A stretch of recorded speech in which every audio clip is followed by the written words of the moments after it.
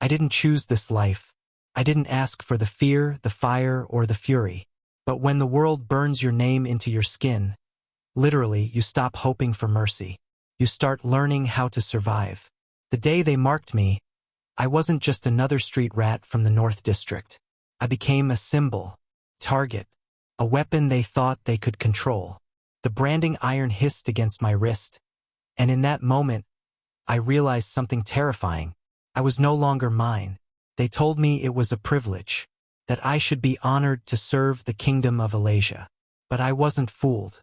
I knew what they really meant. Be afraid. Be obedient. Be silent. But I am not silent. My name is Silver, and they made a mistake thinking they could tame me. Before the mark, I was invisible. After it, I became prey. They called it a privilege to be chosen, to be feared. But I knew better. It wasn't a blessing. It was a warning. In the kingdom of Elaysia, power doesn't belong to the brave. It belongs to the cruel. And I had seen cruelty up close.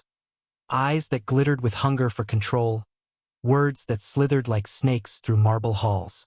Those who ruled wore crowns not of gold, but of lies and blood. I had spent my life hiding in the shadows of the North District, learning to steal, to blend, to survive. When the king's guards dragged me from the market that morning, I thought it was the end. But it wasn't the end. It was the beginning. They took me to the testing grounds, where they train killers, where they turn commoners into weapons. I didn't ask to be trained. I didn't want their power, but they forced it on me because someone in the palace believed I was dangerous. And they were right. I learned quickly. The blade became part of me. I trained with boys who never blinked, girls with fire in their fists. We weren't students. We were survivors. Every lesson was life or death. Every mistake cost blood. But no amount of training could prepare me for him. Damon. He was the prince. Cold. Calculated. Perfect. His eyes held secrets darker than the dungeons. He watched me not like I was a threat, but like I was a puzzle he needed to solve. We were enemies by blood, rivals by design. But there was something beneath the hatred. A spark. A connection that made me question everything. The court saw me as a pawn. Damon saw me as something else. But I didn't come to the palace to play games. I came to burn it down. They tried to mold me into a weapon. They didn't realize I already was one. And when the time comes, I'll make them bleed for what they did to me. Because in Elaysia, fear is power. And I'm done being afraid. The palace walls were colder than I expected. Not in temperature, but in soul. Every corridor whispered secrets, and every glance from a noble held the weight of 100 judgments. They didn't see me as a girl with a past. They saw a threat to their future. I was assigned a room near the east wing, closer to the training grounds than the court. My bed was a slab of wood with a thin mat. No tapestries, no warmth, just stone. The only decoration was the crest of Elaysia, carved into the door. A serpent coiled around a dagger. Every day began before sunrise. Drills, combat, tactical exercises. It was exhausting, relentless, but it was familiar. Pain I could handle. What I couldn't handle was the scrutiny. Damon was always watching. I would catch him standing by the balcony, arms crossed, unreadable. At first, I thought it was suspicion. But one night, I saw it, the flicker of admiration.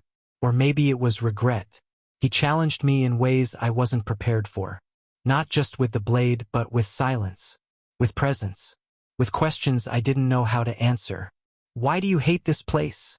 he asked once after a sparring match. "Because it took everything from me," I replied. His eyes lingered on mine. "Maybe it made you into who you're meant to be." I didn't answer. I didn't have one. The palace hosted a masquerade that week. A celebration of a recent military victory. The nobles wore silk and feathers. I wore my mark. Damon handed me a mask.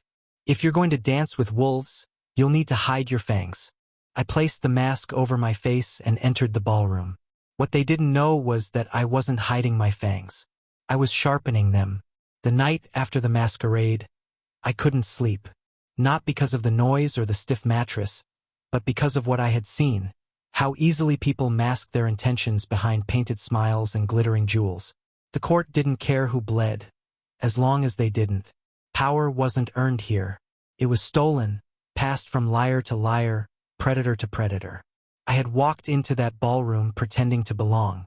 But inside, I was counting exits, studying faces, memorizing weaknesses. I didn't want their world, I wanted to shatter it. Damon found me outside near the barracks. "You didn't dance much," he said, stepping beside me in the dark. "I wasn't there to dance," I replied. "Then what were you there for?" I turned to him, staring into eyes that had seen war, betrayal, and maybe, just maybe, truth. "To study my enemies." He gave the faintest nod, like he respected the answer, or feared it. That was the thing with Damon. You never knew what he was really thinking. But sometimes silence said more than words. Days passed. Training intensified. One morning, they paired us for a challenge. Me and Damon. Blade against blade. The crowd gathered like it was entertainment, and maybe to them it was. But for us, it was something else. A test. A confession. A warning. We circled. Blades drawn. I could feel his hesitation, his restraint. He wasn't fighting to win. He was fighting to understand me. That's when I struck. Not with force, but with precision. I grazed his arm, just enough to draw blood. He smiled. "You've been holding back." I lowered my blade. "So have you." We stood in that moment, two storms staring at each other, knowing the war between us hadn't even started yet. Later that week, I got a letter, slipped under my door, and signed. But I knew it was from someone inside the palace. The message was simple. "They're watching you. Choose your allies carefully." Trust was already a scarce thing. Now it felt extinct. I remembered what my mother used to say. "Monsters wear the faces of kings." I used to think she meant fairy tales. Now I knew she meant this place. I began to dig. Into records. Into whispers. I asked the kitchen staff, the stable hands. Everyone knew something. And slowly the puzzle formed. There was a rebellion stirring. Not loud. Not organized. But real. They called themselves the Unmarked. People like me hiding in plain sight. Trained. Angry. Ready. And I was going to find them. Because this kingdom didn't just need change. It needed reckoning. And I was no longer a shadow. I was the storm they feared. If this story stirred something in you, don't forget to like, share, and subscribe so you never miss the next chapter of Fearless. You'll find the full audiobook link waiting for you in the description below.